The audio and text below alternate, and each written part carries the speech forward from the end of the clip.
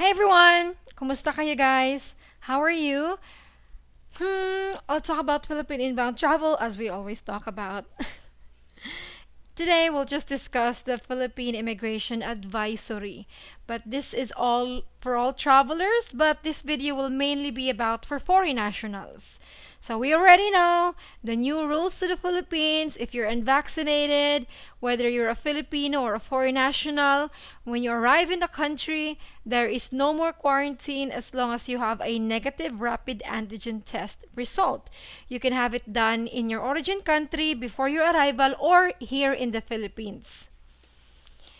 With this Bureau of Immigration Advisory, it talks about the revised guidelines per IATF Resolution Number 2, which we talked about many times, but I want to emphasize on the additional requirements for entry of foreign nationals. So just a quick review on the protocol.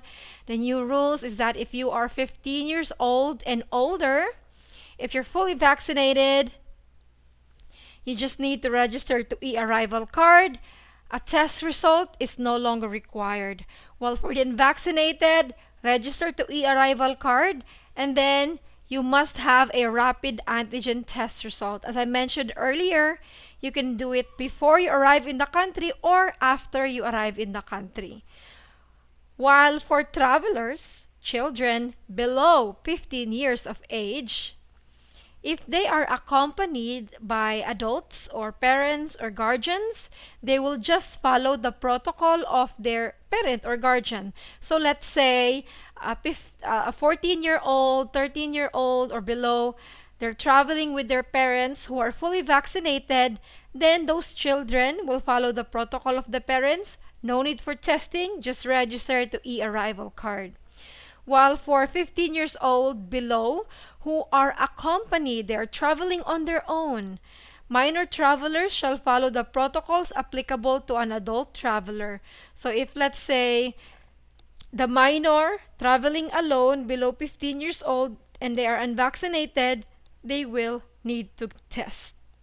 Okay, I hope that is very clear. Now, what is this additional requirements for foreign nationals, Jennifer, that you're talking about? So this is still based on the advisory of the Bureau of Immigration. I just want to remind, and this is nothing new, guys. This is nothing new. Even before the pandemic, it was already here. So what is this additional requirements for entry of foreign nationals? First, your passport must be valid for at least 6 months at the time of entry. I remember a few months ago, a foreign national messaged me, Jennifer. I had all the requirements, but I forgot one thing. My passport was less than 6 months valid. I was denied boarding. And, oh well, that's sad. Um, it is really indeed the rule, so what else can we do? So foreign nationals, just a reminder, passport is the most important document you have when you travel. Go check your passport and see if it's valid for at least 6 months. In the Philippines, the rule is that for foreign nationals, your passport must be at least 6 months valid at the time of entry. This 6-month passport rule states that your passport must be valid for another 6 months before you enter the Philippines. This 6-month rule may begin from the date you arrive here. Okay? So we don't want foreigners in the country whose passports are near expiration. It's one of the deterrent for people who want to overstay. Yeah? Just renew your passport and be mindful of that because there are countries whose renewal of passports takes weeks. So yeah, very important to check the validity of your passport before you book your tickets. And that doesn't just apply to the Philippines, anywhere in the world. For Filipinos, it's actually the same rule for us. We Filipinos must make sure that our passports are more than 6 months valid before we can travel to another country. So it's fair enough. Now, foreign nationals are also under that same rule.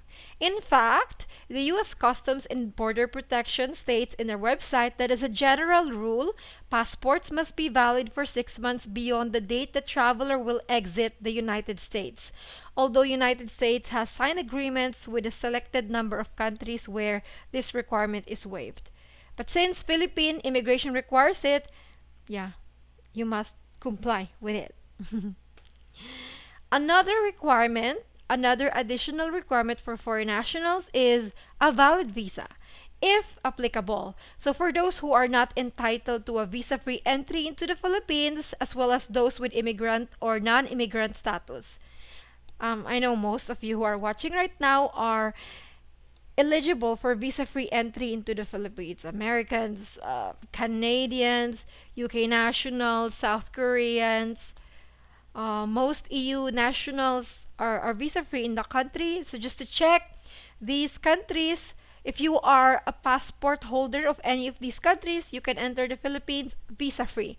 No need to secure a visa. You'd be given a 30-day stay in the country.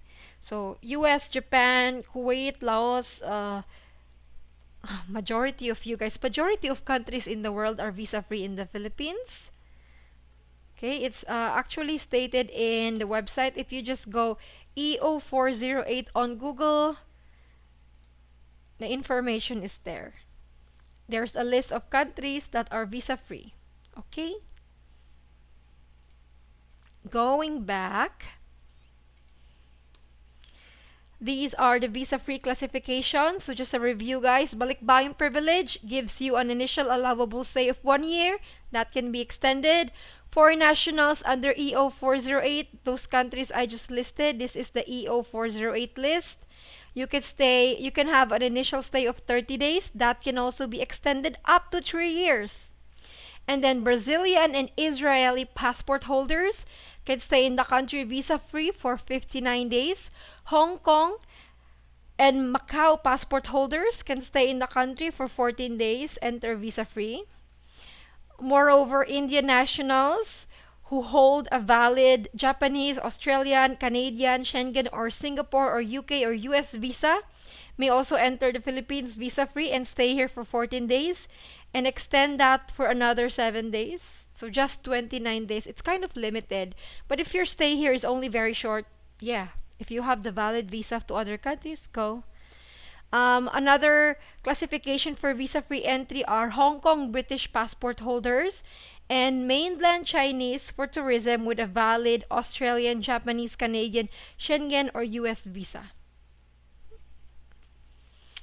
Last additional requirements for foreign national, which a lot of you have asked me about, is for temporary visitors, a valid onward or return ticket to port of origin or next port of destination corresponding to their allowable period of stay. So we already talked about the initial allowable stay, which most of you is 30 days. Yes, 30 days. So it means that you have to show a ticket that's leaving the country anywhere in the world. It can be a return ticket or an onward ticket to another destination that's leaving the country within your allowable stay. So 3 options I could suggest. You either get a cheap budget ticket or rent an onward ticket or book a refundable ticket. Normally, for flights to or from the US, you can cancel the ticket without any charges. You can get a full refund if it is a ticket that is to or from the US. I recently did that with Turkish Airlines. No fee at all. It was I canceled the ticket within 24 hours. But for me, the most convenient option is to just rent an onward ticket. It's for 14 bucks. No, you don't get your money back for 14 bucks, but somebody else cancels the ticket for you. I think the most convenient is this one. You don't have the risk of losing your 500 bucks or 1,000 bucks for a ticket. Because, for example, buy a cheap budget ticket. You can't. The odds is very small, but can you find a ticket that's only $14 international flight? Even a Manila to Singapore flight costs 50,000, 50 peso, $50, the cheapest so far I've found. So this one, rentanonwardticket.com, is only for $14. And it's verifiable. I did it myself. You get the ticket through email, and you can verify the code through the airline's website. So even if the immigration is can check it themselves on the website of the airline. So there's no trouble for you. But It's totally up to you. While for foreigners who say, Jennifer, I'm a foreign tourist, I'm planning to enter the Philippines visa free, so I get 30-day stay, but I have a return ticket that's leaving the country in 3 months because I plan to extend my stay in the country. Should I get a ticket for less than 30 days? Hmm, this is tricky. This return ticket is not always in force. It's actually very common for foreigners to come here with a return ticket more than their allowable stay or more than the 30 days. It's not usually enforced. However, if the airline insists, then that's hard to argue with airline. This is the rule. It's in fine print. For in the Philippines, if the immigration asks for a return ticket, you may show your return ticket that's more than 30 days. Normally, they accept it. Or if you don't have a return ticket, explain that I'm planning to extend my stay here in the country. In fact, you can even offer, oh, can I extend my stay here? You can actually, before pre-pandemic times, you could extend your stay at the counter upon arrival for another 29 days, but I heard they're not offering that now. But just try. It's not really a big issue. It's usually the airlines that's strict because they have to comply with what is required, and otherwise they get in trouble with Philippine immigration. So if your airline lets you go without a return ticket or without an onward ticket, then I think you can relax. But arrival, if in case the immigration officer asks for a ticket, explain that you plan on extending your stay. Even offer to extend your stay at the counter. But in case you're in that situation where you need that ticket, I suggest rent an onward ticket. I have an affiliate link with them. I may earn a dollar or 50 cents for every purchase. It doesn't cost you more. But it supports the channel, in case you're asking. And the good thing about rentanonwardticket.com is that they can issue the ticket within 60 seconds. So even if you're at the airport and you need that onward ticket, you can rely on this website to give you the return ticket within seconds. And lastly, for Balikbayans who are watching, don't bother with this. You're exempted from that onward or return ticket requirement.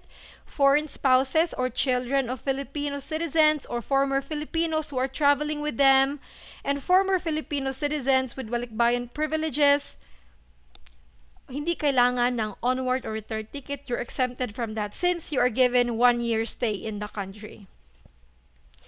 There was a recent experience by Rhea, former Filipino, or a foreign spouse of a Filipino. She didn't specify, but according to her, she posted in a group, please, can someone help me? I'm at the airport right now. Can someone give me the link that it's okay for a former Filipino or spouse not to have a return ticket? Thanks, we are at the airport right now. I gave her the link and she replied, thank you, Miss Jen, we almost lost it. They would want us to buy ticket onward. I give them my marriage certificate first. It didn't work. They're asking a lot of proof. If we have a title of our house, what? Why are they asking about title of the house? Which airline is this, Rhea, if you're watching? Care to share? She said they're asking title of the house, the money I sent. But luckily, one of the persons they spoke to says yes, but because we are married. Oh. Good for you, Rhea. See, it happens that you have to argue with the airline staff. It's best that you know the rules so that if ever you are in that situation, you can defend yourself.